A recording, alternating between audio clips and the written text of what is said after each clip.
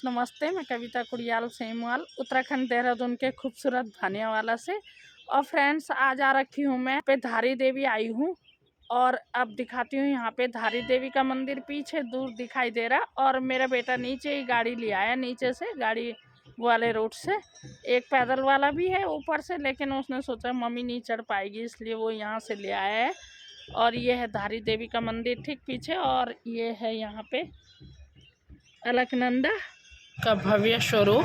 अब जा रहे हैं हम, दिखाती हूँ आपको। माना जाता है कि यहाँ पे 7 भाइयों की एक बहन थी और उसके पैदा होते ही माँ बाप मर गए थे, और उसके बाद उसके 5 भाई और ख़त्म हो गए थे।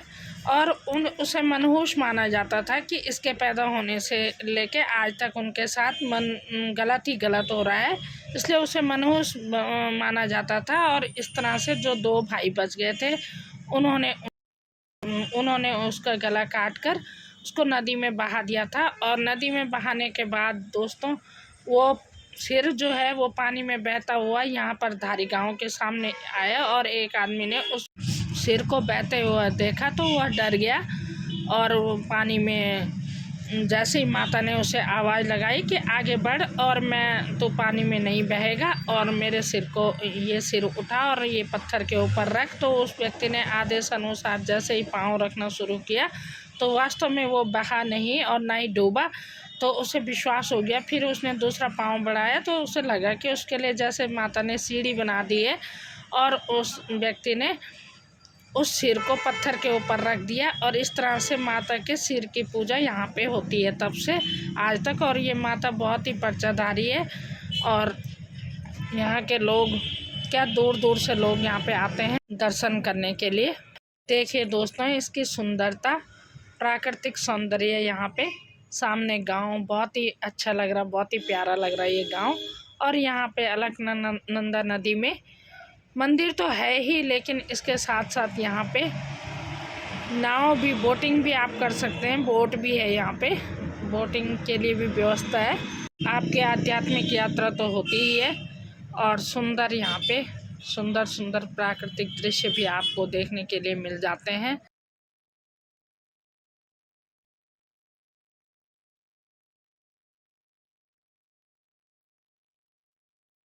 ये है दोस्तों यहाँ पे छोटी छोटी दुकानें, यहाँ से आप निशानी के तौर पे माला, कंगन, सिंदूर कुछ भी ले सकते हैं। बहुत सारे सामान यहाँ पे लेने के लिए है। और प्रसाद तो है ही, प्रसाद तो आप लेना ज़रूरी ही होता है यहाँ से चढ़ाने के लिए।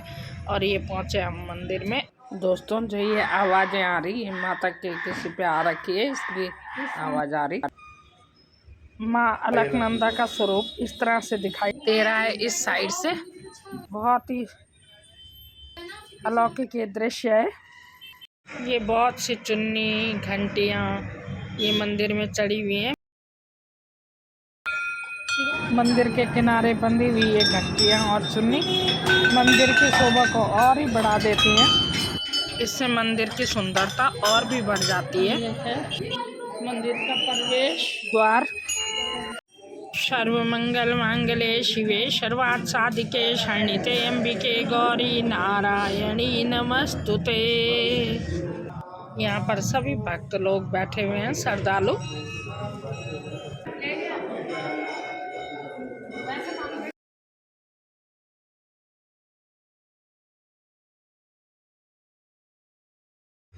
माँ धारी देवी के बारे में कहा जाता है कि ये दिन में 3 रूपों में दिखाई देती है।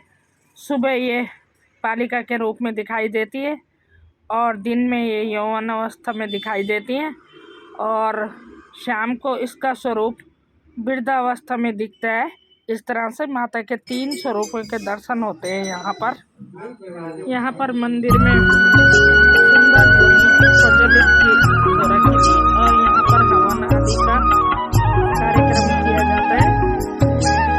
यहाँ पे हमने पुजारी जी से टीका लिया, और एक टीका हमने अंदर भी लगवा लिया था, अंदर के पुजारी जी ने भी लगा दिया था।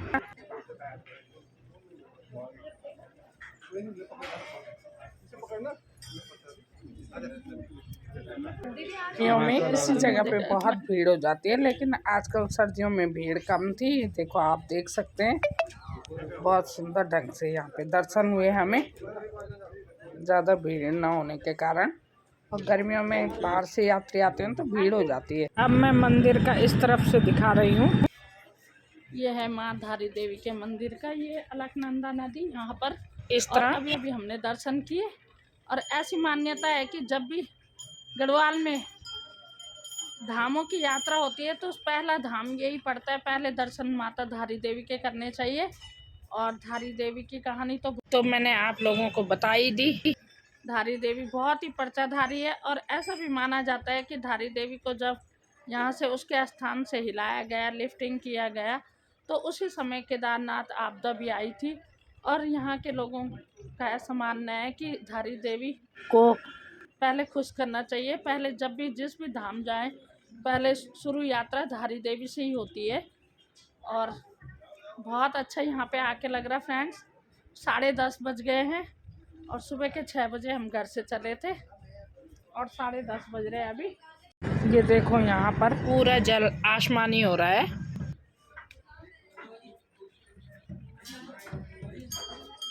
और सर्दी भी है ही, पर धूप भी लगी गई। यहाँ पे धूप इतनी अच्छी हो रही है, लेकिन अब हुई है धूप। और रास्ते की जो ठंडक है, मन भी नहीं हो रहा कोट और टोपे उतारने से। कहाँ यहीं से?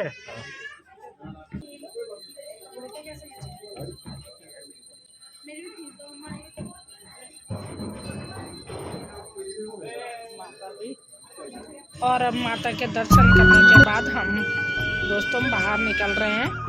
और अब जाएंगे हम, इसके बगल में एक दूसरा पुल बना हुआ है, वो है धारी गांव के लिए। और थोड़ा सा उसमें जाएंगे पुल के ऊपर। और जैसे जैसे हम चलेंगे आप लोगों को दिखाते हुए चलूँगी मैं।